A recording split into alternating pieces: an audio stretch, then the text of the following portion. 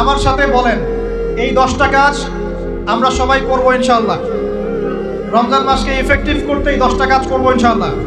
রাজি আছেন? এক নাম্বার হচ্ছে 5 ওয়াক্ত নামাজ। রাজি আছেন কিনা? 5 ওয়াক্ত নামাজ সাধ্যমতো চেষ্টা করব জামাতে পড়ার জন্য। ওই যে নামাজ নাই ইসলাম নাই, নামাজ যে পড়ে না ওর সাথে কোনো খাতির নাই। খাতির আছে? কোনো খাতির নাই। নামাজ অবশ্যই পড়তে হবে, মাস্ট বি। এরপরে নামাজের সাথে সাথে কমপক্ষে 12 রাকাত করে নফল। কত রাকাত? যে ব্যক্তি 12 রাকাত নফল বা সুন্নত দৈনিক পড়ে তার জন্য জান্নাতে একটা ঘর তৈরি করা হয়। 12 রাকাত কি কি কে বলতে পারবেন? প্রথমে ফজরের 2, জোহরের আগে 4, জোহরের পরে 2, কত হলো? 4 2 6 2 8, মাগরিবের পরে, এশার পরে, এই হলো 12। পড়বো তো ইনশাআল্লাহ। এইগুলো 1 নাম্বার কাজ, নামাজ পড়া। 2 নাম্বার ভাই, নামাজের সাথে সাথে তাহাজ্জুদ এবং তারাবি অবশ্যই পড়তে হবে। রাজি আছে কিনা? আল্লাহর ওয়াস্তে গ্যাঞ্জাম করতে যায় না 20 না 8, এই গ্যাঞ্জামে আল্লাহর ওয়াস্তে যায় না। তারাবির নামাজ 5 ঘন্টা। কত রাকাত সেটা বড় কথা। তারাবির নামাজ কত ঘন্টা? প্রায় 4-5 ঘন্টা। আর 5 ঘন্টায় 8 রাকাত পড়েন, 5 ঘন্টায় 20 রাকাত পড়েন। কি বুঝতে পারছেন কথা? নবী সাল্লাল্লাহু আলাইহি ওয়াসাল্লাম তারাবির নামাজ কত লম্বা পড়েছেন? 1 ঘন্টা। কতক্ষণ পর্যন্ত? সাহাবীরা কি বলছেন? সাহাবীরা বলছেন যে আমরা তড়িঘড়ি করে সেহরি খেয়েছি। নামাজ এত লম্বা নবীজি পড়েছেন, শেষে তড়িঘড়ি করে সেহরি করতে হয়েছে। তা নবী সাল্লাল্লাহু আলাইহি ওয়াসাল্লামের 2 রাকাত নামাজ কত লম্বা ছিল। আমরা এখন নামাজের রাকাত সংখ্যা নিয়ে যত বেশি ঝগড়া করি, কোয়ালিটি নিয়ে এত ঝগড়া করি। কোয়ালিটি ইম্পর্টেন্ট না? আমার নামাজটা কত সুন্দর হচ্ছে, কত লম্বা হচ্ছে, কত ধীর স্থির হচ্ছে, এই নামাজে আমি ধীর স্থিরভাবে কোরআন শুনবো, বুঝবো, চোখ দিয়ে পানি ঝরবে, এগুলো ইম্পর্টেন্ট না? মক্কা মদিনায় গিয়ে দেখেন, যারা এখন উমরা করতে গিয়েছেন অনেক, তারা সৌভাগ্যবান। তারাবির নামাজ নর্মাল এমনি যে কোনো নামাজেই, তারাবির নামাজ তো আরো বেশি। দাঁড়ালে আপনার চোখ দিয়ে পানি পড়তে বাধ্য। মধুর তেলাওয়াত, লম্বা কেরাত। ফজরের নামাজ মিনিমাম 20 মিনিট। ফজরের নামাজ 15 থেকে 20 মিনিট। আর আমরা তো 3G 4G 5G মাশাআল্লাহ। কোন মসজিদে 6G, মানে সূরা ফাতিহা শুরু হয়, ওই শেষে গেলেও দলিন শেষ, মানে আর কিছু বুঝলাম না মাঝখানে কিছু। এগুলো কি নামাজ? আমরা তো নামাজ পড়তেই ভাই দুনিয়াতে আসছি, নাকি? দুনিয়াতে আসছি কেন? ওমা খালাকতুল জিন্না ওয়াল ইনসা ইল্লা লিয়াবুদুন। তো নামাজই তো পড়তে আসছি ভাই, এখন তাড়াহুড়ার কি আছে? ধীর স্থির ভাবে আপনি 8 রাকাত পড়তে চান, পড়েন, লম্বা করে পড়েন, ধীর স্থির ভাবে পড়েন। এক ভাই বলছেন আমি 20ই পড়বো। আচ্ছা ভাই পড়ুক তো, ওকে 20ই পড়তে দেন, লম্বা করে পড়তে বলেন, ধীর স্থির ভাবে পড়ো। আরেকজন পড়ছে 2 রাকাত, রাতের সালাত 2-2 করে, একটা হাদিস আছে না? রাতের সালাত 2-2 করে, এই বেচারা 2-2 করে পড়তেই আছে। তো লম্বা করে পড়লে কোনো সমস্যা আছে? উদ্দেশ্য কি? আল্লাহকে পাওয়া। আমি নামাজে আল্লাহকে পেলাম কিনা এটা বড় কথা। আল্লাহ রাব্বুল আলামিন আমরা সবাইকে ধীর স্থির ভাবে কোরআনকে কেন্দ্র করে তারাবি তাহাজ্জুদ করার তৌফিক দান করুন। এটা রমজান মাসের ইফেক্টিভ রমজান আপনাকে কাজে দিবে। 2 নাম্বার। 3, এটা বলে দিয়েছি, রমজান মাস হবে কোরআনময় মাস। এই মাসে কোরআনের 6টা হক আমরা আদায় করবো ইনশাআল্লাহ। মনে আছে তো ইনশাআল্লাহ? তেলাওয়াত, মুখস্থ করা, আরবি শেখা, আদেশ নিষেধ মানা, দাওয়াত দেয়া এবং হিফজ করা। পারবো তো ইনশাআল্লাহ? নিয়াত করেন জোরে জোরে। 4 নাম্বার, রমজানকে ইফেক্টিভলি ইউটিলাইজ করতে হলে প্রতিটা কাজ সুন্নত সম্মতভাবে করতে হবে। এভাবে আপনি রমজানটাকে ইফেক্টিভলি ইউটিলাইজ করতে পারেন। কিরকম একটু বোঝাচ্ছি। মনে করেন এমনি নর্মালি আমরা সব সুন্নতগুলো অনেক সময় খেয়াল রাখি না। খাচ্ছি, খাওয়ার সুন্নত, খাওয়ার মধ্যে কিন্তু প্রায় 10-এর বেশি সুন্নত আছে। ওযুর সুন্নত, কথা বলার সুন্নত, হাঁটার সুন্নত, কাপড় পরার সুন্নত, দোয়া কালামগুলো, ঘুমানোর সুন্নত, অনেক সময় আমরা কিন্তু এগুলো খেয়াল করি না। রমজান মাসের চেষ্টা করবেন প্রতিটা কাজ সুন্নাহ মাফিক বুঝে করার জন্য। আল্লাহ তৌফিক দান করুন।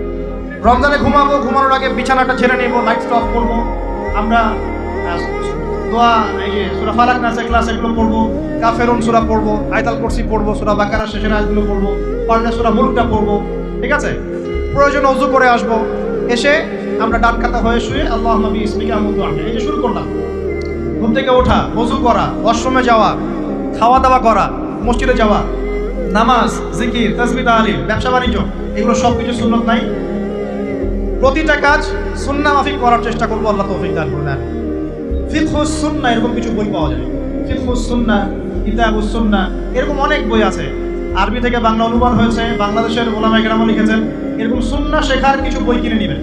কিনে নিয়ে প্রতিটা কাজ কিভাবে করলে সুন্নত হয় পড়ে দেখবেন। পারবেন তো ইনশাআল্লাহ? আল্লাহ পাক তৌফিক এনায়েত করুন বলি আমিন। এটা কত বললাম? 3 নাম্বার। 4 হচ্ছে দান সাদাকা বেশি বেশি করা। রমজানে দান সাদাকা বেশি বেশি করা। আল্লাহ রাসূল সাল্লাল্লাহু আলাইহি ওয়াসাল্লাম রমজানে রহমতের বাতাসের চাইতেও বেশি বেশি দান করতেন। আমরা পারবো কিনা ইনশাআল্লাহ? দেখেন, আমি একটা কথা বলি, দান করার জন্যে সম্পদ লাগে না, দান করার জন্য কলিজা লাগে। কি লাগে? ব্যাস, যার মন বড় সে দান করতে পারবে ইনশাআল্লাহ। আল্লাহ পাক আমাদের সবাইকে দিনের জন্য দান করার তৌফিক দান করুন।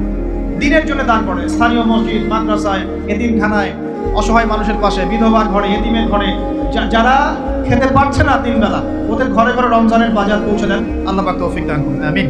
5 নাম্বার, রমাদান মাসে অবশ্যই অবশ্যই আমাদের জাকাতগুলো আমরা দিয়ে দিব। রাজি আছি তো ইনশাআল্লাহ? বলেছি জাকাত এবং সালাতের মধ্যে যে পার্থক্য করে সে মুসলিম নয়।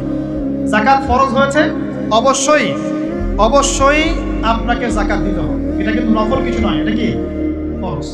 জাকাতের নিসাব জানেন কি না? কত পার্সেন্ট? 2.5%। আচ্ছা, জাকাতের নিসাব নিয়ে ইনশাআল্লাহ পরবর্তীতে লেকচার চলে আসবে, অনলাইনে দেখে নিন। এছাড়া ফিকহুস জাকাত কিছু প্রোগ্রাম আসবে, অনলাইনে দেখে নেবেন ইনশাআল্লাহ। আল্লাহ রাব্বুল আলামিন আমাদের সবাইকে জাকাতগুলো দেওয়ার তৌফিক দান করুন। শুধু জাকাত যদি আমরা ঠিকঠাক মতো দিতাম, একজন মানুষের সমাজে না খেয়ে মারা যেত। একজন মানুষ সমাজে এই যে ইকোনমিক সমস্যাগুলো যেগুলো হয়, অর্থনৈতিক সমস্যা, স্যাংশন, মুদ্রাস্ফীতি, হাবিজাবি, অনেক প্রবলেমস ওভারকাম করা যেত শুধু জাকাতের মধ্য দিয়েই। কিন্তু কে শোনে কার কথা? সবাই কি জাকাত দেয়? বাংলাদেশে এমনও মানুষ আছে যারা একজনের জাকাত দিয়ে 100 পরিবারের সংসার চলবে ইনশাআল্লাহ। আছে না এমন লোক? আমরা জাকাতগুলো দেওয়ার চেষ্টা করি, আল্লাহ পাক তৌফিক দান করুন। 7 নাম্বারটা বলে দিয়েছি, রমজান হচ্ছে একটা নতুন জাতির উত্থান।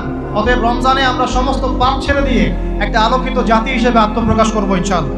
আল্লাহ পাক তৌফিক দান করুন। 8 নাম্বারও বলে দিয়েছে, রমজান হচ্ছে জুলুমের বিরুদ্ধে দাঁড়িয়ে যাওয়ার চেতনা। রমজান কি হচ্ছে? বদরের যুদ্ধ। জুলুমের বিরুদ্ধে দাঁড়িয়ে যাওয়ার চেতনা হলো রমাদান। তাই সর্বস্তরের জুলুমকে আমরা রমজান মাসে রুখে দেওয়ার চেষ্টা করবো ইনশাআল্লাহ। আল্লাহ পাক তৌফিক দান করুন। শুরুটা হবে কোথা থেকে? নিজের থেকে। আমার নিজের মধ্যে কি কি জুলুম আছে আমি আগে দেখবো, আমি কার কার উপর জুলুম করেছি এটা আগে দেখবো, এগুলো আগে প্রতিহত করবো, তারপরে আমি ইনশাআল্লাহ তাআলা পরবর্তী দিকে ফোকাস করবো। 9 নাম্বার খুব ইম্পর্টেন্ট। 9 নাম্বার আর 10 নাম্বারটা বেশি ইম্পর্টেন্ট। 9 নাম্বার হচ্ছে রোজা রাখা মানে আমরা অনেকেই মনে করি যে না খেয়ে থাকা আর কি পানি ছেড়ে দেওয়া। অনেকেই মনে করি এটা রোজা মানে আমাকে না খেয়ে থাকতে হবে আর পানি ছেড়ে দেওয়া লাগে, স্ত্রী সহবাস ছেড়ে দেওয়া লাগে। কিন্তু এর চেয়ে বেশি ইম্পর্টেন্ট একটা বিষয় আমরা ভুলে যাই, সেটা হলো রমজান মাসে রোজা রাখার অর্থ হচ্ছে আল্লাহ পাকের সমস্ত কবিরা সগীরা গুনাহ ছেড়ে দেওয়া। রোজা রেখেছি, গীবত করলাম, রোজা হবে কিনা? রোজা রেখেছি, মিথ্যা কথা বলছি, হবে রোজা? রোজা রেখে ওই ভদ্রলোক সুদ খাচ্ছে, রোজা হবে? রোজা রেখে অমুক ভাই আমার টেবিলের নিচ থেকে টাকা নিল, রোজা হবে? অমুক ভাই মানুষের সম্পদ আত্মসাৎ করে ফেললো, হবে? অমুক বোন বেপরদায় বাইরে বের হয়ে গেল, রোজা হবে? অমুক ভাই মনে করেন ওই যে গার্লফ্রেন্ডের সাথে চলে গেল ডেট করতে, রোজা হবে কিনা? অনেকে পর্নোগ্রাফি দেখছে রোজা রেখে, রোজা হবে কিনা? এই যে কবিরা গুনাহ যেগুলো আছে, যত রকম কবিরা গুনাহ, এই গুনাহগুলোতে লিপ্ত থাকলে রোজা ভেঙে যায়। আল্লাহ পাক আমাদের সবাইকে কবিরা গুনাহ মুক্ত রোজা রাখার তৌফিক দান করুন। আর 10 নম্বর পয়েন্টটা হচ্ছে এই ভাই, রমজান মাস আসলে মাশাআল্লাহ শিকল দিয়ে শয়তানকে বেঁধে রাখা হয়। রমজান মাস আসলে মাশাআল্লাহ আমরা অনেকেই পাক্কা মুসল্লি হয়ে যাই, দান সদকা করি, যাকাত দেই, তারাবি পড়ি, তাহাজ্জুদ পড়ি, অনেক কিছুই করি। কিন্তু ঈদের দিন আসলেই মাশাআল্লাহ আমরা আবার আগের জায়গায় ফিরে যাই। ঈদের দিন শয়তান যে ছাড়া পেয়েছে এটা বোঝার জন্য রাস্তাঘাটে বের হলেই হয় নাকি? মেয়েদের চলাফেরা দেখলে বোঝা যায়, আরো যে হোটেলে হোটেলে গান বাজে এগুলো দেখলে বোঝা যায় শয়তান ছাড়া পেয়েছে, আজকে বুঝলাম। তো এখানে সবচেয়ে বড় শিক্ষাটা হলো রমজান মাসের এই যে শিক্ষাগুলো, ত্যাগের মহিমা, জুলুমের বিরুদ্ধে দাঁড়িয়ে যাওয়া, কোরআনের হক আদায় করা, জাতির উত্থান, বড় বড় অনেক কথা বললাম। এই শিক্ষাগুলোকে সারা বছর ধরে রাখাটাই হলো রমাদানের সবচেয়ে বড় চ্যালেঞ্জ। আমরা পারবো কিনা ইনশাআল্লাহ? আমরা রমাদানের এই 10টা হক আদায় করতে পারবো কিনা ইনশাআল্লাহ? কোরআনের হক আদায় করতে পারবো কিনা ইনশাআল্লাহ?